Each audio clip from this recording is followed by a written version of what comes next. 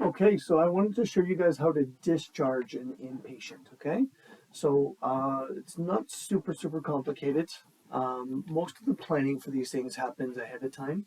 So let's say we're going to discharge Miss QEL Test Melanie here, okay? So we're going to go ahead and select her, and then we're going to go straight. So we'll make sure that we've documented all of the appropriate things that we needed to document through our shift in our work list.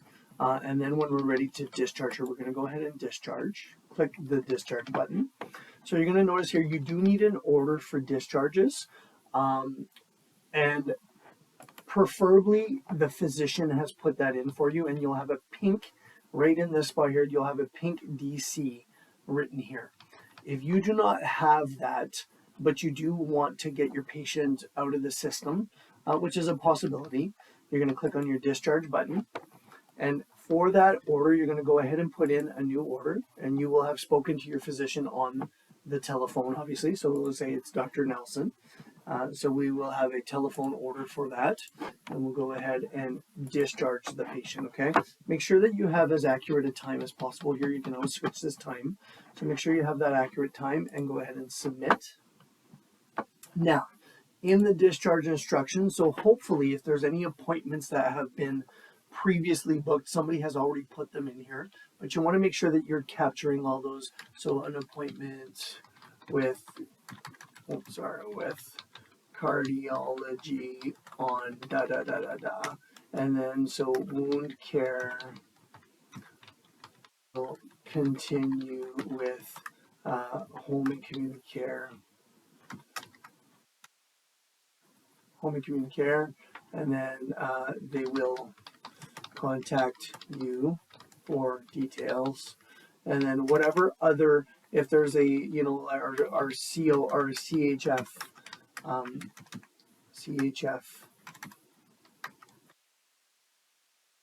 info package provided. So we're going to want to create more of these discharge packages, but that's one that we could probably give to the patient. So you're going to add all that information under your discharge instructions. So this whole routine replaces your pods. What you used to do in your pods will be there. You do want to make sure that you have a discharge reason here as well. So you do want to need a discharge diagnosis. If you don't have one there, then contact your physician and tell them they need to put in a diagnosis for the patient, because it's important that there need to be one there. So now your discharge, your general assessment is something you're going to want to do. So you're going to go ahead and document that right through here. You can document it through your work list as well, but I recommend doing this whole routine through the one source. So you're going to click it here, and then you're going to go ahead and describe how your patient was when they left the hospital. And then med reconciliation sent to community pharmacy. You can add any notes here if there's anything specific to med reconciliation. You can put that you discussed with patients, discussed with patients, whatever might need to be required there. Any follow-up appointments. So we did put in some follow-up appointments. So cardiology, and then we can put in the details if we want to put here whatever that might be. And then any referrals that were made. So we said about home care. So home and CC will contact with right? And then any referrals that may have been. So maybe there's a referral standing for cardiologist to see the patient or whatever regarding the CHF problem that we were talking about. So, and then so in your discharge, you gave discharge instructions to your patient. You might select a family member as well if they are at the bedside. And then the discharge information given. So your any lab recs that might be going, appointments and referrals, which we just talked about. Med reconciliation, so a copy of their list will go with this discharge piece. And then you've got your physician notes if there's anything that pertains. For prescriptions, you have to make sure if the physician writes a prescription for discharge that they print and sign this before they leave, because they are required to reconcile the medications prior to the patient's discharge if possible. Okay, and then any supplies and equipment, and then is the patient for external transfer? In this case, we'll say no. And then belongings return, yes or not applicable or all appropriate. And then once we have all the information captured on our discharge, we'll go ahead and save that part.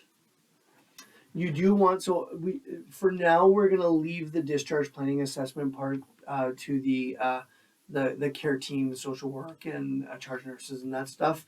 That may change, but for now, we'll leave it there. Past family social history, you do want to again update this. So if it hasn't been updated in the work list recently, you do want to make sure that you have captured the reason for the patient's current diagnosis. So let's say that our current diagnosis was cellulitis.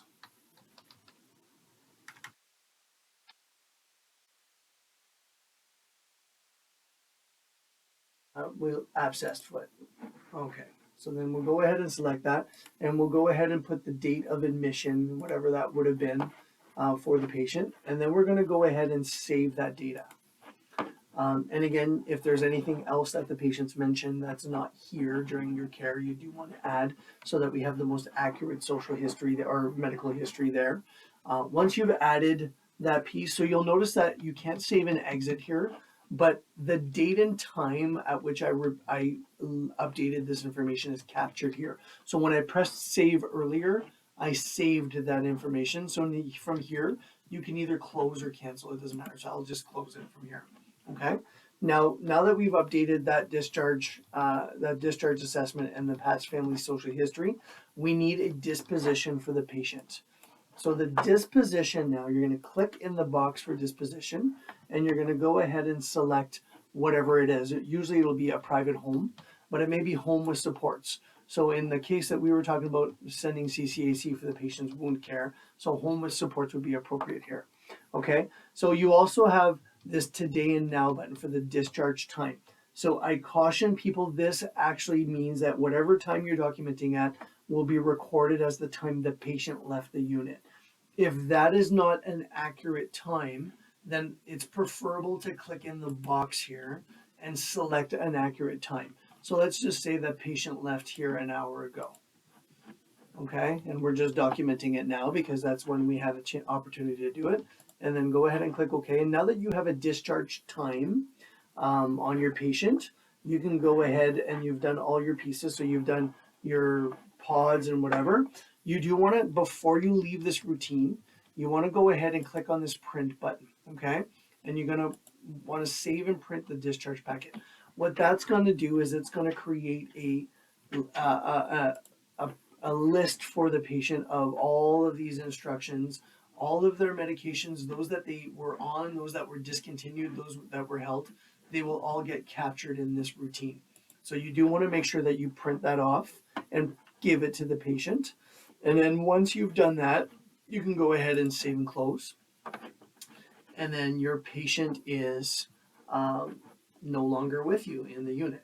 So now if you need to go back and do some documentation, if it was a patient you were looking after, you've probably added them to your My List by now. If not, you've got a recently accessed button as well, or you may not have it as a button, it may be a list in your drop-down menu, which is fine. There should also be a discharge tab here. You're not seeing it in test, but there is a discharge tab button in here somewhere as well. So all of those can bring you back to that patient so that you can complete your documentation. And that's pretty much it for the discharge routine.